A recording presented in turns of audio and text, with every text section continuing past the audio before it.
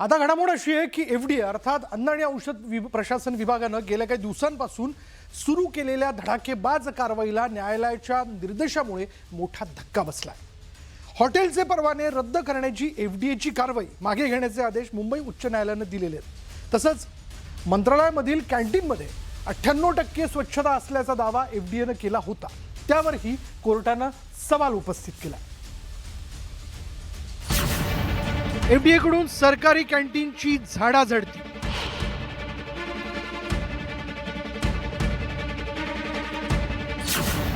मंत्रालय विधान भवनाच्या कॅन्टीनची पाहणी।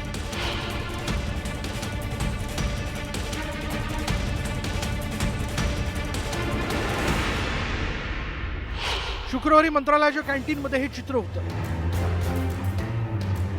कॅन्टीनमधील कर्मचाऱ्यांची एकच धावपळ उडाली होती।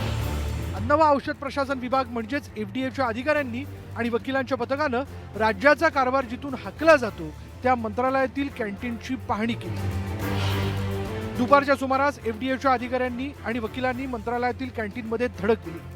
कॅन्टीनमधील भांडी, शिजवलेलं अन्न, ठेवलेली भांडी, फ्रीजची पाहणी तसंच इथल्या स्वच्छतेची पाहणी करण्यात आली। तसंच भाजी कापण्यासाठी वापरण्यात येणारा चाकू आणि सुळ्यांचीही तपासणी या पथकानं केली। कॅन्टीनमधील स्थितीचे व्हिडिओही काढण्यात आले। स्वच्छतेच्या बाबतीत आता आम्हाला जितकं शक्य आहे तेवढं आम्ही तुम्हाला दाखवलेलं आहे, परंतु एफडीएच्या नियमांतर्गत ते बसतं किंवा नाही बसतं याची शहानिशा अधिकारी आणि जे वकील आहेत ते स्वतः करणार आहेत। ही स्वच्छता ही सरकारी आणि निमसरकारी ज्या आस्थापना आहेत तिथं आहे का याची तपासणी करण्यासाठी आज हे पथक या ठिकाणी आलेलं आहे। त्यांच्या मार्फत तपासणी केली जाते आहे। अगदी भांडी कुंडी असतील किंवा पिण्याचे पाणी असेल, अन्न असेल, हे सगळं झाकलेलं आहे किंवा नाही हे सगळं बघितलं जात आहे। स्वच्छता राखली जाते किंवा हे नाही हे बघितलं जात आहे। आणि त्या पार्श्वभूमीवर अचानक मंत्रालयाच्या या कॅन्टीनमध्ये आज हे पथक धडकलेलं आहे। विशेष म्हणजे एफडीए आणि वकिलांच्या या पाहणी दरम्यान सर्व अन्नपदार्थ झाकून ठेवण्यात आल्याचं, कर्मचारीही डोक्यावर टोपी, हातात मोजे अशा स्थितीत दिसून आलेत। कॅन्टीनमधील कर्मचारी साफसफाईही करताना दिसून आले। एफडीएच्या कारवाईच्या धसक्यानंतर मंत्रालयातील कॅन्टीनमध्ये स्वच्छता करण्यात आली का असा सवाल उपस्थित होतोय। आता पण मंत्रालयाच्या कॅन्टीनमध्ये आलेलो आहे। इथे अन्न झाकलेलं आहे, चमचे व्यवस्थित स्वच्छ आहे, त्यांची कॅन्टीन व्यवस्थित जी अन्न शिजवलं जातं त्या ठिकाणी स्वच्छता आढळून आलेली आहे। सगळं अन्न झाकलेलं आपल्याला दिसतंय आणि जे सगळे सरकारी कर्मचारी आहेत ते सुद्धा या ठिकाणी व्यवस्थित जेवण करताना आपल्याला दिसत आहेत। पाण्याचे ग्लास असोत किंवा इतर गोष्टी ज्या आहेत त्या सुद्धा व्यवस्थित असल्याचं दिसत आहे। मंत्रालयातील कॅन्टीनची पाहणी केल्यानंतर एफडीएच्या अधिकाऱ्यांनी आपला मोर्चा वळवला तो विधान भवनातील कॅन्टीनकडे। या कॅन्टीनमधील पदार्थांची आणि स्वच्छतेची पाहणी करण्यात आली। एफडीएनं गेल्या काही दिवसात कारवाईचा धडाका लावलाय। अस्वच्छ वातावरण, नियमांचं उल्लंघन यामुळे एफडीएनं अनेक खासगी आणि काही सरकारी कार्यालयांवर कारवाईचा बडगा उगारला।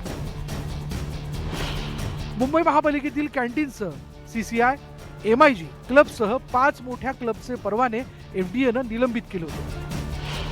दरम्यान एफडीएनं नवी मुंबईतील एका पंचतारांकित हॉटेलचा परवाना निलंबित केल्याच्या मुद्द्याप्रकरणी हायकोर्टात सुनावणी झाली। यावर सरकारी कॅन्टीनची तपासणी करून अहवाल सादर करण्याचे निर्देश दिले। त्यावर एफडीएनं शुक्रवारी अहवाल सादर केला। त्यावरील सुनावणीत केवळ खासगी आस्थापनांवर कारवाई करून चालणार नाही, कारवाई सर्वांवर समान झाली पाहिजे असं मत न्यायालयानं व्यक्त केलं। या सुनावणीत मंत्रालयाचं कॅन्टीन 98% स्वच्छ असल्याचा दावा सरकारी वकिलांनी केला। सरकारी वकिलांच्या या दाव्यावर सवाल करत हायकोर्टानं याबाबत आश्चर्य व्यक्त केलं। एफडीएच्या अधिकाऱ्यांनी वकिलांच्या टीमसह मंत्रालयाच्या कॅन्टीनची फेर तपासणी करावी, तसंच व्हिडिओग्राफीही करावी असे आदेश दिले। त्यानंतर या पथकानं मंत्रालयातील कॅन्टीनची तपासणी केली। याबाबतचा अहवाल कोर्टाकडे सादर करण्यात आला। एफडीएनं दिलेल्या 98% स्वच्छतेच्या अहवालावर न्यायालयाने गंभीर प्रश्न उपस्थित केले।